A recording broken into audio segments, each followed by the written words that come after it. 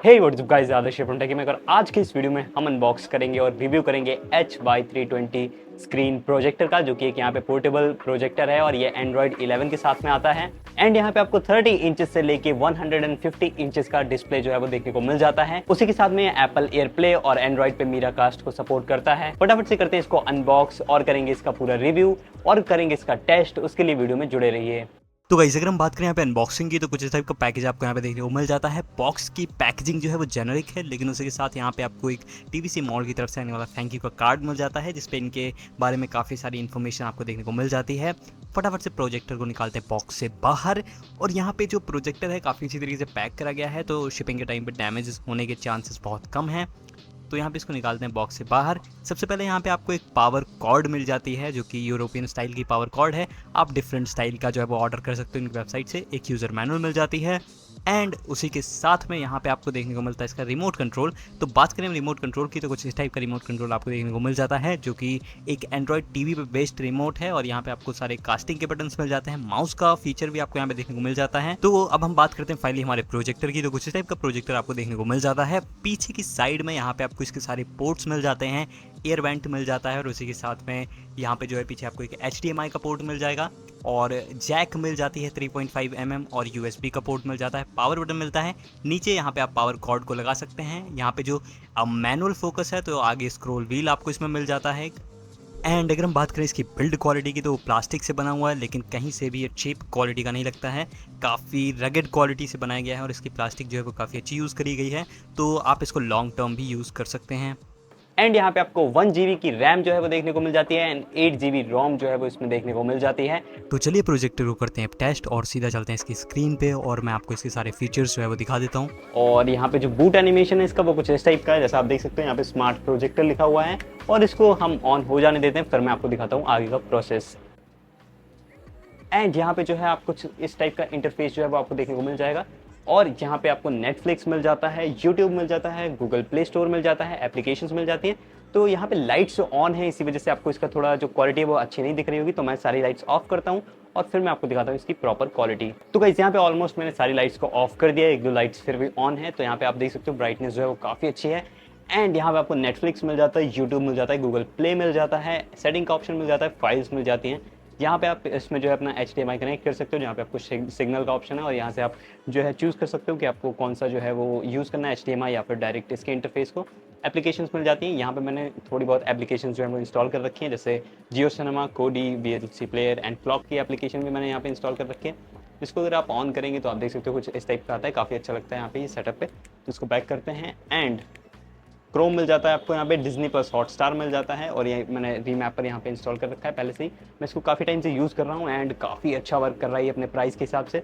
तो सबसे पहले हम चलते हैं यहाँ पे यूट्यूब पे और मैं आपको दिखा देता हूँ कि इसमें जो इसकी वीडियो क्वालिटी है वो आपको मैक्सिमम कितनी मिलती है एंड क्या इसकी वीडियो क्वालिटी अच्छी है इसके प्राइस के हिसाब से और इसके साइज़ के हिसाब से। तो यहाँ पे all time favourite Tarak Mehta आप देख सकते हो। तो फटाफट से मैं यहाँ पे एक 4K वीडियो को हम टेस्ट करेंगे। यहाँ पे टाइपिंग करने में आपको थोड़ी सी दिक्कत आने वाली है, क्योंकि सब आपको रिमोट से करना है। एंड यहाँ पे जो रिमोट है ब्लूटूथ से कनेक्ट नहीं होता है, IR सेंसर पे काम करता है। तो चलिए हम अब ऑल टाइम फेवरेट ये वाला वीडियो जो है प्ले करते हैं कोस्टारिका का। एंड क्वालिटी यहाँ पे आप देख सकते हो, मैं इसको एक बार मैक्सिमम पे चेक कर लेता हूँ कि ये है या नहीं। एंड यहाँ पे आपको देख सकते हो 4K का जो है वो सपोर्ट देखने को मिल जाता है। उसी के साथ में यहाँ पे 60 FPS का भी सपोर्ट है। तो चलिए मैं इसको 4K पे कर देता हूँ। यहाँ पे 4K वीडियो को देख सकते हो, काफ़ी आसानी से प्ले कर देता है बिना किसी लैग के। एंड क्वालिटी आपको स्क्रीन साइज़ के, मैंने यहाँ पे इसको मैक्सिमम कैपेसिटी पे कर रखा है, इससे छोटे साइज़ में करेंगे आपको और क्लियर दिखेगा। बट यहाँ पे मैंने टेस्टिंग के लिए इसको मैक्सिमम, जो इसका स्क्रीन साइज़ इससे भी ज़्यादा हो जाएगा, लेकिन उसमें जो है आपको क्वालिटी के इश्यूज़ आएंगे। और यहाँ पे ये इंटरनेट की वजह से लैग कर रहा है, बट ये इसमें प्रोजेक्टर की कोई भी गलती नहीं है, क्योंकि जो नेट है वो काफ़ी स्लो है यहाँ पे।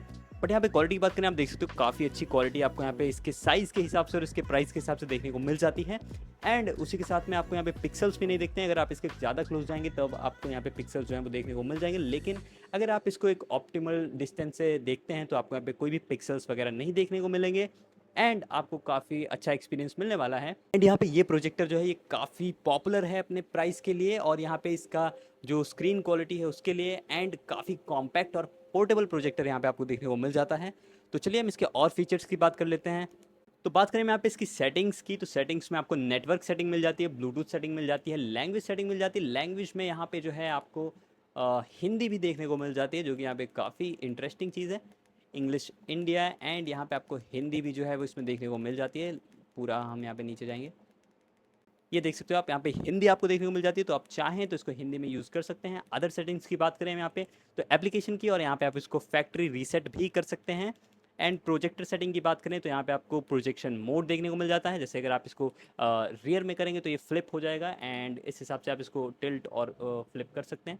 स्क्रीन साइज़ की बात करें तो यहाँ पे आप स्क्रीन साइज़ को कम कर सकते हैं, और उस हिसाब से आपको इसके फोकस व्हील से इसको एडजस्ट करना होगा, या फिर यहाँ पे आप मैक्सिमम, मेरी जैसे मैं यहाँ पे यूज़ कर रहा हूँ तो हम इसको थोड़ा सा कम रखते हैं। लेट्स की स्टोन करेक्शन आपको देखने को मिल जाता है, जिसका मतलब है आप इसको मैनुअली जो है वो अपने हिसाब से इसके कॉर्नर्स को जो है वो एडजस्ट कर सकते हैं। जैसे ये वाला मैंने कुछ ऐसे कर दिया, तो और यहाँ पे ऑटो का भी ऑप्शन है, ऑटोमेटिकली कर लेगा, लेकिन यहाँ पे फोकस जो है वो आपको मैनुअली ही करना पड़ेगा हर बार। ऑटो फोकस यहाँ पे आपको देखने को नहीं मिलता है। ऑडियो सेटिंग की बात करें तो वॉल्यूम आपको नॉर्मल यहाँ पे देखने को मिल जाता है, एंड डेट एंड टाइम यहाँ पे आप सेट कर सकते हैं। एंड अबाउट डिवाइस में आप डिवाइस की डिटेल्स, जैसे कि इसका मॉडल नंबर और इसका HY320 आप देख सकते हो, product model, and Android version 11 यहाँ पे आपको देखने को मिल जाता है। यहाँ पे आपका स्टोरेज है और रैम है। उसी के साथ हम बात करें यहाँ पे लोकल अपडेट्स की, तो यहाँ पे आप इसको अपग्रेड कर सकते हो USB फ्लैश ड्राइव से, एंड यहाँ पे ऑनलाइन अपग्रेड आप इसको कर सकते हैं। यहाँ पे अपडेट आपको देखने को मिल जाएगा अगर इसका कोई भी अपडेट आया होगा, जो कि यहाँ पे एक काफ़ी अच्छी बात है। और इसमें अपडेट भी आया था, इसका मतलब है इसमें अभी भी सॉफ्टवेयर सपोर्ट आपको देखने को मिल जाता है। तो गाइस बात करें आपको ये खरीदना चाहिए या फिर नहीं, तो अगर आप मार्केट में हैं और एक ऐसा प्रोजेक्टर ढूंढ रहे हैं जो आपके बजट में हो और पोर्टेबल हो, जिसको आप कहीं भी कैरी भी कर सकते हैं अपने साथ में, एक बैग में डाल के, या फिर जैसे भी आप चाहें, तो आप डेफिनेटली यहाँ पे इसको परचेज़ कर सकते हैं। ये क्वालिटी जो है काफ़ी अच्छी आपको देखने को मिल जाती है मेरे हिसाब से, एंड आपने देखा भी होगा वीडियो में, लेकिन कैमरा इसकी क्वालिटी को जस्टिफाई नहीं कर सकता है। जब आप इसको अपनी आंखों से देखेंगे तब आपको पता लगेगा कि इसकी क्वालिटी कैसी है। मैं ये नहीं कह रहा कि बहुत ही बढ़िया क्वालिटी आपको यहाँ पे देखने को मिल जाती है, लेकिन इसकी प्राइस के हिसाब से आपको काफ़ी अच्छी क्वालिटी देखने को मिल जाती है। तो अगर आप इसको खरीदना चाहते हैं तो लिंक आपको मिल जाएगा वीडियो की डिस्क्रिप्शन में, वहाँ से डायरेक्टली आप इसको परचेज़ कर सकते हैं। और अगर आपको वीडियो अच्छा लगा तो वीडियो को लाइक कर दो, चैनल कर दो सब्सक्राइब। ऐसे और वीडियोस देखने के लिए मिलेंगे आपको बहुत ही जल्दी एक नए वीडियो में, तब तक के लिए बाय बाय।